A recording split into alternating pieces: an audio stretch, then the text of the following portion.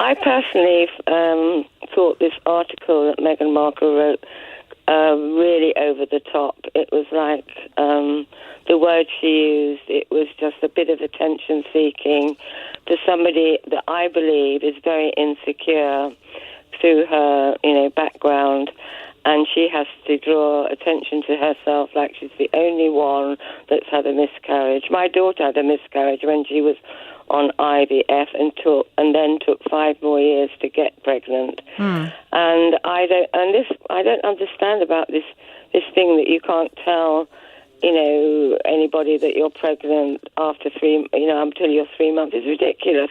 You do what you like. If you want to tell your But people don't, though. Family. That's the point. And it takes pioneers, people like Meghan, who have a platform and a spotlight. I mean, I'm interested. Have you actually read the article?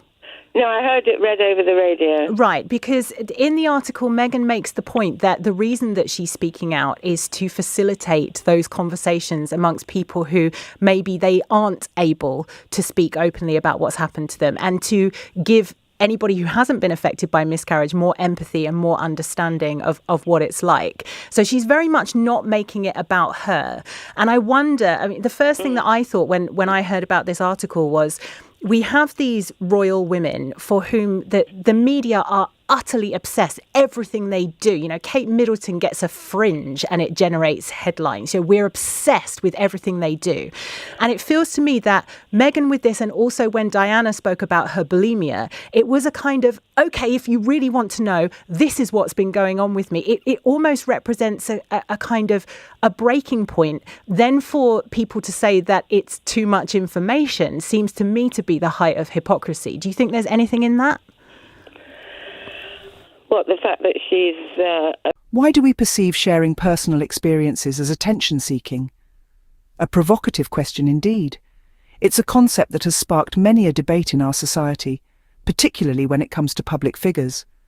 We often find ourselves in a paradox. We want authenticity, yet when it's delivered, we brand it as a cry for attention. Today, we're going to explore this through a dialogue between Natasha Devon and Brenda, discussing Meghan Markle's decision to share her personal experience with miscarriage. Let's delve into a conversation that might challenge your perspective. Welcome back to the show. Brenda is on the line. Brenda, what's on your mind? Brenda's voice comes through, a hint of frustration in her tone. Hi there. I have to say, I'm a bit confused and maybe even a bit annoyed. I've been reading about Meghan Markle's article, the one about her miscarriage, and I just don't get it. Why does she feel the need to announce such a personal matter to the world?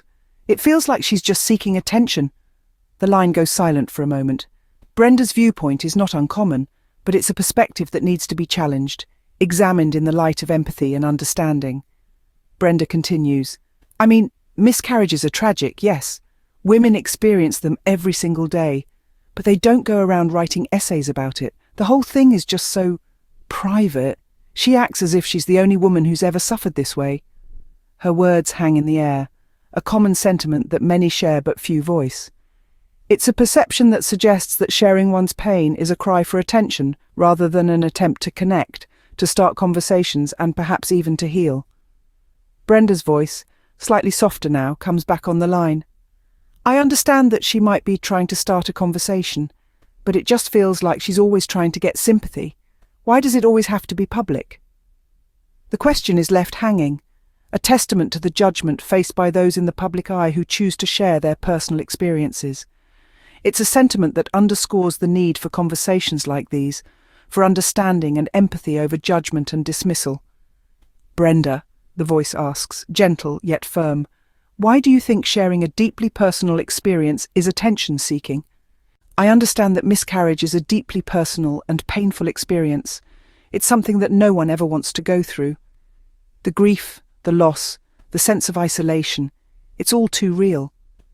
But let's take a moment to think about this. Why do we feel the need to keep our struggles private?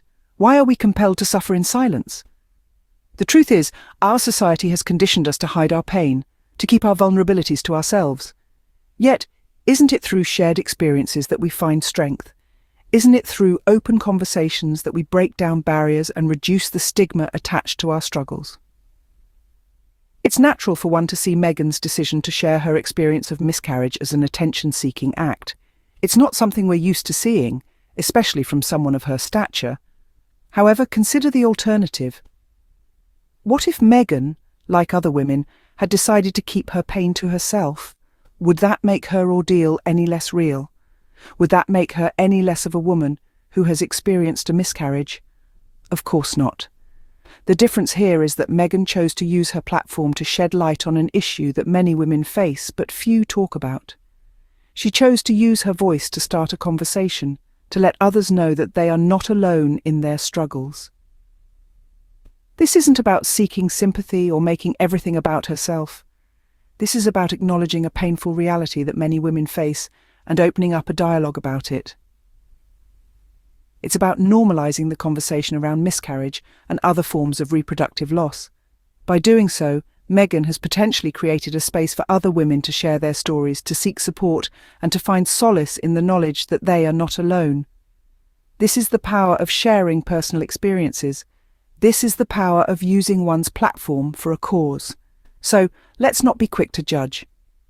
Let's not dismiss the act of sharing personal experiences as attention-seeking. Instead, let's acknowledge the courage it takes to do so. Because at the end of the day, Meghan was using her platform to start a conversation, to let others know they're not alone. I get that, but I still feel like she's always trying to get sympathy. It's an understandable sentiment, Brenda. We live in a world where every breath a public figure takes is scrutinized, every word they utter is dissected. It can feel like a constant plea for sympathy, or a relentless chase for the next headline. But let's consider this from a different angle. Imagine living your life under the microscope, where every decision you make, every emotion you express, is put on display for the world to judge. It's a daunting prospect, isn't it? Now add to that the expectation of always appearing picture perfect, always smiling, always on. It's not just exhausting, it's dehumanizing. Meghan Markle, like any other person, is not a two-dimensional character. She's a woman, a mother, a wife, and yes, a public figure. But she's also a human being. She experiences joy, pain, loss, and love just like the rest of us. The only difference is that she's chosen to share those experiences with the world. You might ask why. Why would someone willingly expose their most intimate moments, their deepest heartbreaks? Well, Brenda, it's about connection. It's about reaching out to those who might be going through the same struggles and saying, you're not alone. Authenticity, Brenda, is not attention-seeking. It's about being honest, about being real. It's about showing that even those we put on pedestals, those we think have perfect lives, are just as human as we are. They experience the same trials and tribulations, the same joys and sorrows. And honestly, Brenda, isn't that what we want from our public figures? We want them to be relatable, to be genuine. We want to see that they're not just polished images on a screen, but real people with real lives. So yes, Meghan Markle shared her story of miscarriage with the world. It was a deeply personal, painful experience, but it was also a shared experience. By speaking out, she gave a voice to the millions of women who have suffered in silence, who have felt alone in their pain. In the end, Brenda, it seems like Meghan can't win either way. If she stays silent, she's seen as aloof, unrelatable. If she shares her experiences, she's accused of seeking attention. But perhaps the question we should be asking isn't why she chose to share her story. Perhaps the question should be why we're so quick to judge when someone shows us their humanity. It seems like Meghan can't win either way. I suppose, but why does it always have to be public? Brenda, I understand where you're coming from. The world we live in today is so connected and public, especially for someone like Meghan, who is constantly under the spotlight. But let's think about this for a moment. When public figures share their personal experiences, they're not just telling their story, they're giving voice to the countless others who've undergone similar experiences. They're normalizing discussions about topics that are often swept under the rug. In Meghan's case, her sharing about her miscarriage isn't just about her. It's about the millions of women who've experienced the same heartbreak.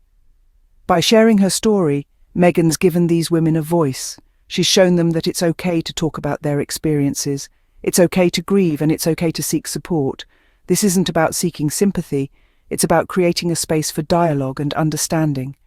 When someone with a platform like Meghan's speaks up, it resonates. It reaches corners of the world that many of us can't. It touches lives in ways we can't even begin to imagine.